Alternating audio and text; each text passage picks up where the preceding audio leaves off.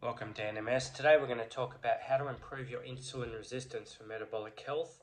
Now obviously there's many different ways that we can do this, so I'm going to go through the main ways. So I'm going to go through obviously the ways that I would like to do it with my clients and also the medical side of things. Obviously we're going to discuss that because it's quite important to realize that insulin resistance at the advanced level may need still medication. Okay. So nutrition and dietary changes, most impactful across all stages, okay? So reducing refined carbs and added sugars to lower post-meal spikes, okay? If you have less sugar in your meals or you have more complex carbohydrates, you're not going to get the same insulin response. If you add to that high protein and fibre, okay, so from vegetables, that also improves satiety and blunts glucose rise, okay? Portion control and calorie reduction if overweight. Now this is to obviously lose weight. Now 5 to 10% body weight can actually significantly reduce HbA1c, which is the marker of your glucose tolerance. Okay, so if HbA1c is higher, your glycated hemoglobin, that means that you've got more glucose on average in your blood. Okay.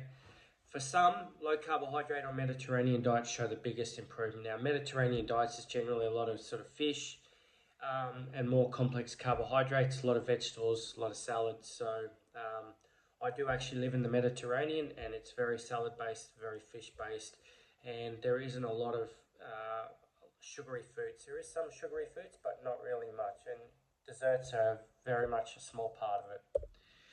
So weight management, especially in pre-diabetes and early type 2 diabetes. So weight loss improves insulin sensitivity.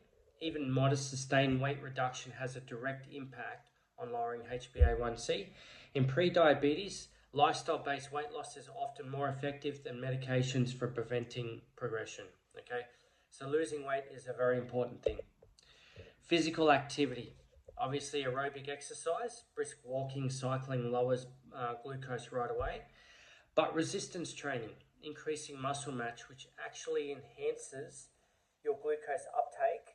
And when you actually do weight training, you're actually using glucose for energy, which then brings your blood glucose down, okay? Because your fast twitch muscle fibers, which is involved in strength training, is actually, they can only use glucose. So consistency matters more than intensity. So regular activity lowers HbA1c by approximately 0.5 to 1%. So maybe if you're walking every day, that would actually be quite beneficial to you. And hitting gym maybe at least 2-3 times a week, or doing some sort of strength training or resistance training. Probably about 2 to 3 times a week is about beneficial. If you want to do more, by all means. Now medications, especially in advanced type 2, okay? So people with advanced diabetes, diet and exercise alone may not suffice. Metformin, GLP-1 receptor agonist, so like your Ozempic and so forth. SGLT2 inhibitors or insulin in later stages can reduce HbA1c substantially.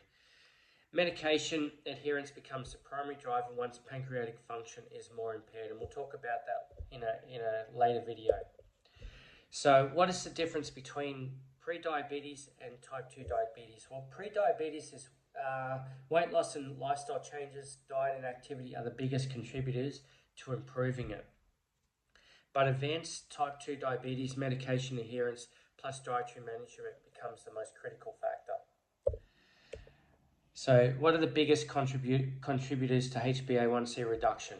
Well, weight loss, lifestyle programs. So impact of these is approximately 0.5 to 1.5% of HbA1c reduction, sometimes more if there's a greater than a loss of 10%.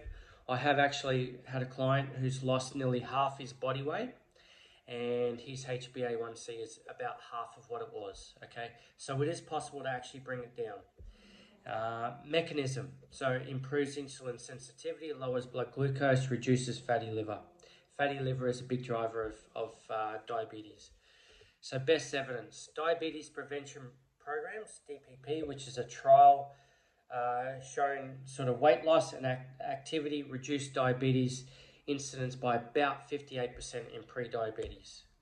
So medications, advanced 2-type diabetes, metformin is one, approximately 0.8 to 1.5% HbA1c reduction. GLP-1 receptor agonists, so such as your semaglutides, Ozempic, retatrutide's a new one, okay? These lower your HbA1c by approximately 0.5 to 1%, okay, up to 1.5%. SGLT2 inhibitors, approximately 0.5 to 1% reduction, and cardiovascular renal benefits. Insulin therapy, up to 1.5 to 3.5% reduction, especially in advanced cases with high baseline HbA1c. That's obviously if you're managing your diabetes well. If you're not, there could be a real problem. So well-managed diabetes with insulin, yes. If you're not managing your sugars, no. Okay, so dietary quality and macronutrient composition. Low-carb diets, approximately 0.6 to 1.0% reduction, often more effective in early disease. Mediterranean diet, 0.5 to 0.9% reduction. Okay, Mediterranean diet, as said, is a little lower in carbs, more proteins. Plant-based vegan diets, approximately 0.5 to 0.7% reduction. A key driver is lowering refined carbs and improving protein fibre intake. Okay, so physical activity, 0.4 to 0.6% HbA1c reduction when done consistently. The best combination of obviously physical activity, as said, is aerobic and resistance training. Exercise also boosts the effects of diet and weight loss. Okay, so that can obviously then reduce your HbA1c even more. Continuous glucose monitoring, CGM, and behavioral support. The impact is approximately 0.3 to 0.6% reduction by helping patients make real-time food activity adjustments. Works well both type 1 and type 2 diabetes management. So obviously glucose monitoring or blood glucose meter is quite important. So in summary, guys, based on lowering your HbA1c, pre-diabetes, weight loss, and diet exercise are the most powerful tools that you can have. Can even normalize your HbA1c if you lose enough weight. Early type 2 diet, diet quality with physical activity and weight reduction gives strong effects. Now, advanced type 2 medications, metformin, GLP-1s, insulin gives the largest reductions, but it still benefits to improve your lifestyle. These add extra benefits, so still exercise and obviously still reduce your blood sugars and try to lose weight. Okay, and weight management. Thanks for listening, guys. The next video is going to talk a lot more in depth. So watch my next video series, part 2.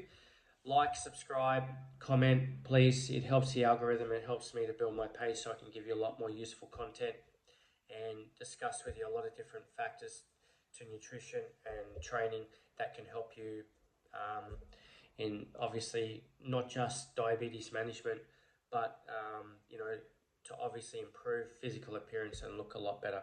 Thanks for listening, guys. Have a nice day. The second video will be up very soon too.